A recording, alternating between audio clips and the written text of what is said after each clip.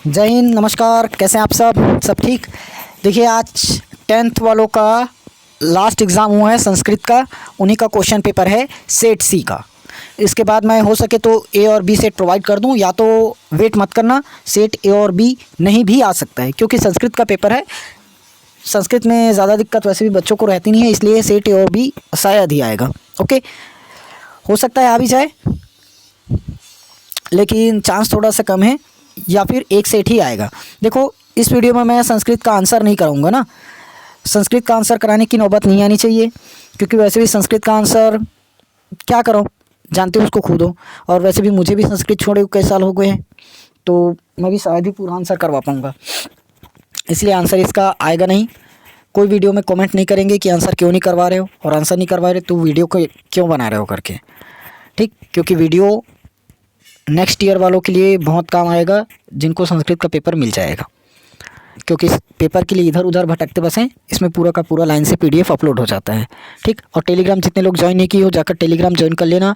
11th और 12th के लिए बहुत ही काम का है। वीडियो में लास्ट तक ज़रूर बने रहना, क्योंकि लास्ट में मैं कुछ इन्फॉर्मेशन दूंगा 11th और 12th के लिए।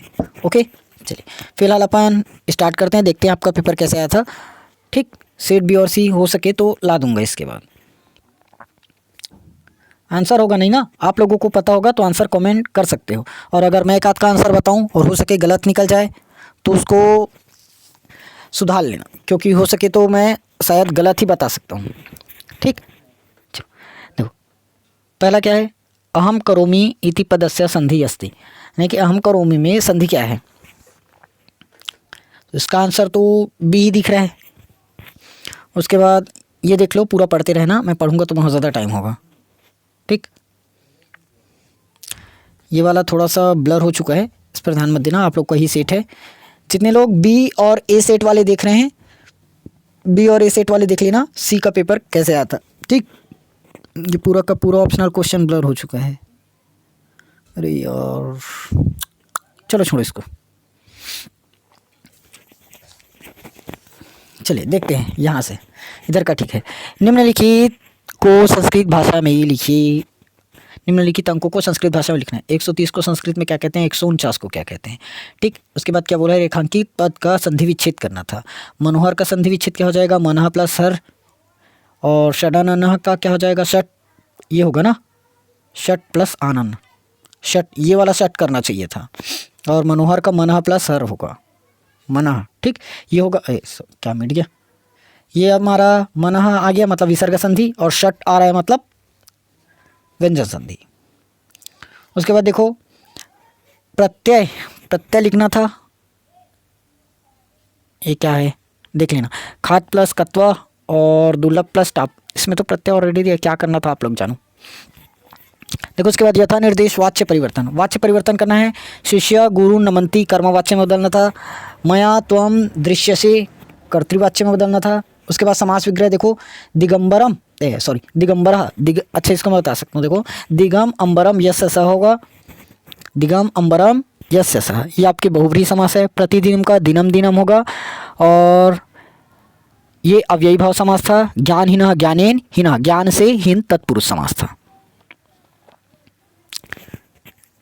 उसके बाद देखो, वाक्यानि संशोध्य लिखत, वाक्य को शुद्ध करके लिखना है बस। स कुत्र गच्छन्ति, इसको देख लेना आप। उसके बाद देखो, लकार परिवर्तन। अब देखो भाई, ऐसे क्वेश्चन को कराना संभव नहीं है। लकार परिवर्तन आप लोग खुद जानते हो, आपके सिलेबस में है, इसको देख लेना, ठीक। उसके बाद देखो, बार बार बोल रहा हूँ, कोई भी कमेंट मत करना, आंसर नहीं बता रहे हो तो वीडियो क्यों बना रहे हो करके, कारण मैंने पहले बता दिया है ना।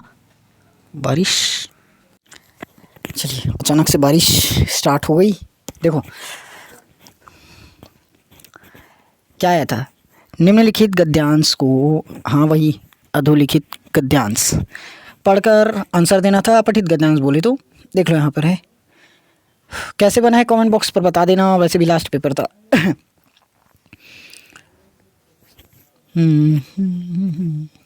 प्रश्न नंबर 12 क्या था, श्लोक को पढ़कर इसका आंसर देना था, ठीक।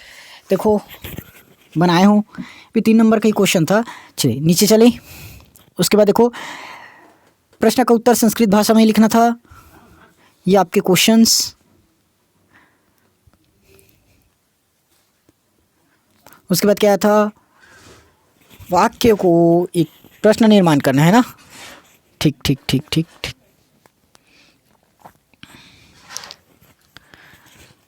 उसके बाद देखो, अपने पाठ से कोई भी सूक्ति लिखना था जो इस प्रश्न पत्र में नहीं आया है। कितना सूक्ति बोला है, 4 सूक्ति लिखे हो।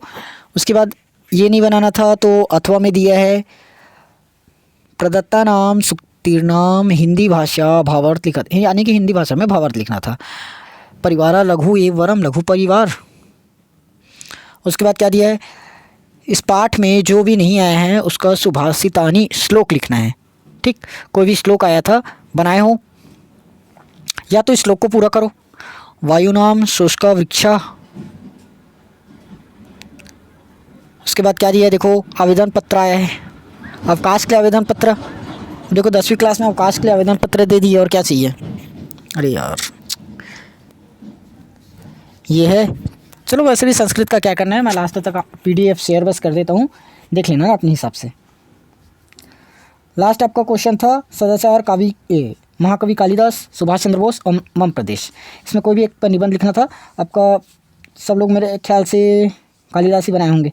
चलिए ठीक, ये था आप लोग का पेपर। अब देखो पेपर तो ख़त्म हो गया आपका 10th का। ठीक, अब आराम करेंगे, गर्मी छुट्टी 2 से 3 महीना पूरा स्कूल के खुलते तक, जुलाई तक ऐसे मत सोचना। 3-4 महीना पूरा का पूरा ऐसे ही गंवा दोगे। पहले से बोल रहा हूँ, रिज़ल्ट का वेट आप लोग नहीं करेंगे। ठीक, पहली बात याद रखना, रिज़ल्ट का वेट कोई नहीं करना। ठीक, उसके बाद दूसरी बात, जो भी सब्जेक्ट लेना है 11th में जो भी सब्जेक्ट लेना है सबसे पहले उसको चॉइस करके रखो। ठीक, आपके पास 11th में वैसे भी 5 सब्जेक्ट होंगे। एक साइंस होगा, साइंस में भी बढ़ जाएगा मैथ्स और बायो में।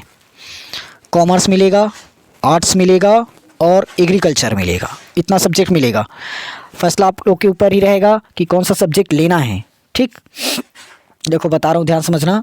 एक साइंस मिलेगा, कॉमर्स मिलेगा, एग्रीकल्चर मिलेगा और आर्ट्स मिलेगा। साइंस में 2 बटा रहेगा, मैथ्स और बायो।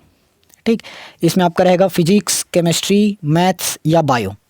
हिंदी इंग्लिश सब में रहेगा। ठीक, इसमें रहेगा लेखा शास्त्र, अर्थशास्त्र और व्यवसाय। ठीक, इसमें वो इसका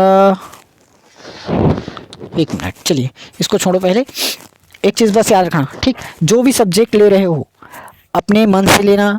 अगर लगता है कि पढ़ लेंगे तभी लेना, नहीं तो वो सब्जेक्ट मत लेना। या तो कोई घर वाले बोल रहे हैं मैथ्स ले, बायो ले या आर्ट्स ले, आपकी रुचि जिसमें है वही सब्जेक्ट ही चॉइस करना। ठीक, नहीं तो बोल दिए साइंस ले और साइंस पढ़ नहीं पा रहे हो तो मतलब क्या हुआ, आर्ट्स में घुस जाएं। और घर वाले बोल रहे हैं साइंस पढ़ नहीं पाएगा, आर्ट्स ले और पढ़ने की क्षमता है, तो ये गलत है। घर वालों के दबाव में या किसी दोस्त का देखकर ऐसे नहीं लेना। आप जो पढ़ सकते हो, आपको जिस सब्जेक्ट में रुचि है वही सब्जेक्ट लेना। ठीक, मैथ्स में रुचि है तो मैथ्स लो, बायो में रुचि है तो बायो लो, आर्ट्स में है तो आर्ट्स लेना। ठीक, समझ में आ गया। अब मेरे ख्याल से कोई किसी का देखकर नहीं लेंगे। नहीं तो ऐसे मत सोचना मेरा दोस्त आर्ट्स ले रहा है तो मैं भी आर्ट्स ले लेता हूँ, या वो बायो ले रहा है मैं भी बायो लूँगा।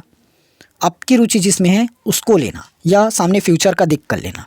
अब सोचोगे फ्यूचर में मुझे इंजीनियर बनना है और ले रहे हो एग्रीकल्चर, कहाँ से हो। तो जो सब्जेक्ट है उसको ध्यान में रखना, अपनी रुचि किस में है और सामने करना क्या है। ठीक, इस तरह से। और अब मेन बात, अभी 2 से 3 महीना स्कूल तो पूरा बंद रहेगा। आप लोग 4 महीना लगा देते हो, पूरा जुलाई के खुलते तक जाते हो, 3.5 महीना कर दोगे तो इतना वेट कोई नहीं करेंगे। अभी से सब्जेक्ट चूज़ करके रखोगे, रिज़ल्ट के आने का वेट मैं बताया ना, रिज़ल्ट का वेट कोई नहीं करेंगे। अभी से अपना सब्जेक्ट चुन कर रखेंगे। ठीक, अभी से अपना सब्जेक्ट चुन कर रखना। मान लो कोई मैथ्स ले रहे हो तो आप पूरा का पूरा गर्मी छुट्टी में पहले मैथ्स का पूरा बेसिक क्लियर कर लो, 9th और 10th का। ठीक, 9th और 10th का पूरा बेसिक क्लियर कर लो। वैसे ही आर्ट्स वालों के लिए सेम रहेगा, बाकी सभी सब्जेक्ट्स का सेम है। लेकिन सिर्फ एक चीज़ याद रखना, अभी छुट्टी रहेगा तो 2.5-3 महीना खाली मत बैठना, वरना दिमाग भी बैठ जाएगा, फिर दिमाग को एक्टिवेट होने में बहुत ज़्यादा टाइम लगेगा। ठीक, इसीलिए गर्मी की छुट्टी में खाली नहीं बैठेंगे, पूरा का पूरा अपने जो भी सब्जेक्ट है सामने लेने वाले हो उसका पढ़ाई करोगे थोड़ा थोड़ा। पहले 9th और 10th में जितना पढ़े हो, जो सब्जेक्ट ले रहे हो उसका 9th और 10th का पूरा क्लियर कर लो, बेसिक एक बार और अच्छे से, क्योंकि अब छुट्टी है भाई, बोर्ड एग्ज़ाम तो ख़त्म, बोर्ड का कोई टेंशन नहीं है, बोर्ड का पढ़ने का ही नहीं है अपने को। तो 9th और 10th धीरे धीरे पढ़ते रहो जो भी पढ़ना है, ठीक। उसके बाद मान लो मैथ्स ले रहे हो तो 9th और 10th का मैथ्स क्लियर करना, उसके बाद 11th का बुक देखना और उसमें से थोड़ा बहुत पढ़ाई करने की कोशिश करना। ओके, समझ में आया? खाली कोई नहीं बैठेंगे वरना दिमाग भी खाली बैठ जाएगा, बाद में उसको एक्टिवेट होने में बहुत ज़्यादा दिक्कत पड़ेगा, सब कुछ भूल जाए रहोगे इन 2.5-3 महीने में, फिर आगे क्या याद करोगे। इसीलिए खाली नहीं बैठना है, ज़्यादा नहीं तो कम से कम घर में दिन में 1-2 घंटा पढ़ ही सकते हैं, ठीक, लेकिन पढ़ना 3 घंटा। और उतना नहीं हो रहा है, बोलोगे गर्मी छुट्टी आराम करनी है तो 1 या 2 घंटा तो कम से कम करो, खाली बस मत बैठना, ठीक। अब अगर 11th में आप लोग साइंस ले रहे हैं, 11th में आप लोग साइंस ले रहे हो तो कैरियर विंग साइंस का ही चैनल है, पूरा का पूरा साइंस का सिलेबस न्यू बैच 10 अप्रैल से स्टार्ट हो जाएगा। 10 अप्रैल से आप लोग यहाँ पर ज्वाइन हो सकते हैं। 11th और 12th दोनों का ही न्यू बैच इस चैनल पर स्टार्ट हो जाएगा। आप लोग वहाँ से देख सकते हैं, अपनी लेक्चर्स को, क्लास को ख़त्म कर सकते हैं बिना कोचिंग के ही, ठीक। साथ में नोट्स चाहिए रहेगा। अब 10th तक जैसे निकला सो निकल गया, 11th में ऐसे काम नहीं चलेगा। 11th में आप लोगों को प्रॉपर नोट्स बनाकर ही पढ़ना पड़ेगा, ठीक। 11th में नोट्स बनाकर ही पढ़ना पड़ेगा। और 11th का अगर बुक उठाओगे फिजिक्स केमिस्ट्री का तो इतना मोटा है करके घबरा मत जाना, वो एक बार पढ़ना शुरू तो करो, इंटरेस्ट जागेगा तो आराम से हो जाएगा, ठीक। नोट्स ज़रूरी रहेगा। नोट्स के लिए आप लोग कैरियर विंग टेलीग्राम चैनल को ज्वाइन कर सकते हैं, वहाँ पर पूरा का पूरा नोट्स शेयर हो जाएगा। ओके, आई होप जितना भी बात बताया गया है एकदम अच्छे से समझे होंगे। ओके, चलिए, और चैनल को सब्सक्राइब ज़रूर कर लेना। 10 अप्रैल से आपका न्यू बैच 11th और 12th का दोनों का लेक्चर्स आना स्टार्ट हो जाएगा, ठीक, हर दिन नए टॉपिक का। तो इस चैनल से पूरी की पूरी तैयारी हो जाएगी, चैनल को सब्सक्राइब करके ज़रूर रखना। ओके, चलिए पढ़ाई करते रहिए, मिलेंगे अब हम लोग नेक्स्ट मंथ में। अगर आराम करना है तो मुश्किल से 7-8 दिन का बस आराम करना। और मैं बताया ना 10 अप्रैल से नया बैच स्टार्ट हो रहा है तो 7-8 दिन आराम करना, यानी कि पूरा का पूरा मार्च कर लेना, ठीक। 1 अप्रैल से 10 अप्रैल तक, 1 अप्रैल से 10 अप्रैल तक आप लोग 9th और 10th खत्म करके रखना। उसके बाद 10 अप्रैल से मैं मैथ्स का न्यू बैच स्टार्ट कर दूँगा। मैथ्स, फिजिक्स और केमिस्ट्री तीनों सब्जेक्ट के लेक्चर्स इस पर मिल जाएंगे। ओके, चलिए, वीडियो अच्छी लगी तो वीडियो को लाइक ज़रूर करना और चैनल को सब्सक्राइब ज़रूर करना। 10 अप्रैल से न्यू बैच आपका आ जाएगा।